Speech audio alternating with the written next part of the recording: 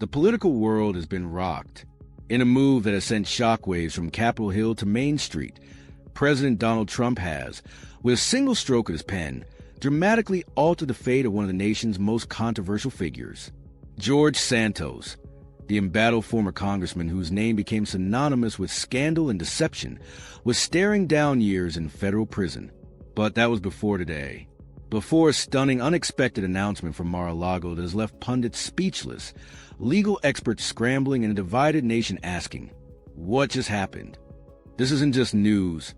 It's a political earthquake, and the aftershocks are only just beginning to reverberate.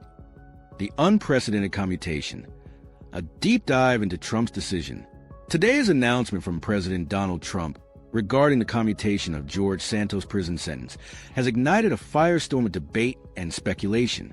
This isn't merely a pardon, which would imply a declaration of innocence or forgiveness for a past crime, but a commutation, an executive act that reduces the severity of a sentence already imposed, leaving the conviction itself intact. The timing, the individual involved, and the sheer audacity of the move have collectively stunned political observers across the spectrum. Santos, who had pleaded guilty to a litany of charges including wire fraud, money laundering, theft of public funds, and making false statements to Congress, was facing a significant period behind bars. His conviction followed a spectacular fall from grace, marked by a constant stream of revelations about fabricated resumes, dubious campaign finance practices, and outright lies that span his personal and professional life. The public outcry during his tenure in Congress was immense, culminating in his historic expulsion. Now, just as the justice system was poised to hold him accountable for his transgressions, Trump has intervened, effectively snatching Santos from the jaws of federal incarceration. The immediate justification from Trump's camp cited undue political targeting and a belief that Santos was a victim of a weaponized justice system, themes that frequently underpin Trump's own criticisms of legal proceedings against him and his allies. This narrative, while consistent with Trump's rhetoric, immediately raises questions about the selective application of executive clemency and the message it sends about accountability in public office. Why Santos? Unpacking the political calculus. The decision to commute George Santos' sentence is particularly perplexing given his widespread unpopularity and the non-political nature of many of his crimes. Unlike other high-profile individuals who have received clemency from past presidents, Santos was not a whistleblower, a victim of an unjust law, or someone who had served decades for a minor offense. He was a figure synonymous with deceit. So why him? One prevailing theory centers on Trump's desire to send a clear message to his base and to the broader political establishment. He stands by those he perceives as having been unfairly targeted, even if their actions are indefensible to many. This move could be interpreted as an act of defiance against what he often describes as a deep state or politically motivated prosecutions. By commuting Santos' sentence, Trump effectively reinforces his anti-establishment credentials, positioning himself as a protector of those deemed victims of the system regardless of the factual merits of their cases. Another angle suggests a strategic effort to consolidate support among certain factions who view any prosecution, particularly against a Republican, as inherently biased. It feeds into the narrative that the justice system is a tool for political enemies, rather than an impartial arbiter of law. Furthermore, the timing is crucial. With the presidential election looming, every action from figures like Trump is scrutinized for its potential political ramifications.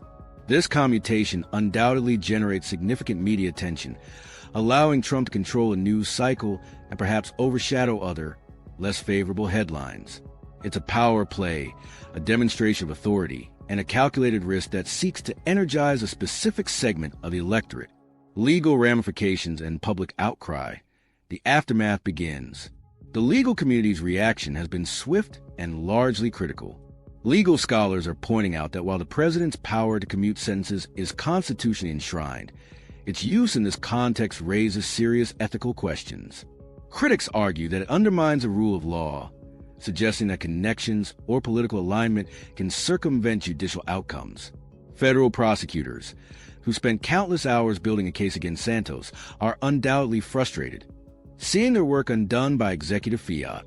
The Department of Justice, while unable to challenge the president's constitutional authority, faces the difficult optics of a high-profile conviction being nullified. This action also sets a potentially dangerous precedent. If individuals convicted of egregious public deception can have their sentences commuted based on perceived political targeting, what does that mean for future cases involving public trust? The message to aspiring politicians and public servants could be interpreted as one of diminished accountability. Beyond the legal sphere, public reaction is intensely polarized. Supporters of Trump are largely hailing the decision as a courageous stand against a corrupt system, echoing the former president's own sentiments. They view Santos as a casualty of political maneuvering and applaud Trump for his intervention. Conversely, a vast swathe of the public, along with political opponents, are expressing outrage and disbelief. They see the commutation as a mockery of justice, a slap in the face to voters who were misled by Santos, and a dangerous signal that powerful individuals can escape consequences. Social media platforms are ablaze with condemnations and defenses, reflecting the deep divisions that characterize contemporary American politics. Political commentators across cable news networks are dissecting every angle, from the moral implications to the strategic calculations behind the move. The Santos factor, a lingering shadow on Washington. George Santos himself, upon hearing the news, has remained largely out of the public eye, though reports indicate he expressed profound gratitude. His future, which just yesterday seemed bleak and confined, has now been dramatically altered. While his conviction stands, the specter of federal prison has been lifted. This raises further questions. What will Santos do now? Will he attempt to re-enter public life, perhaps as a commentator or even a political candidate, emboldened by this second chance? Or will he retreat, living a more private existence? His past actions suggest a penchant for the spotlight, making a complete disappearance unlikely.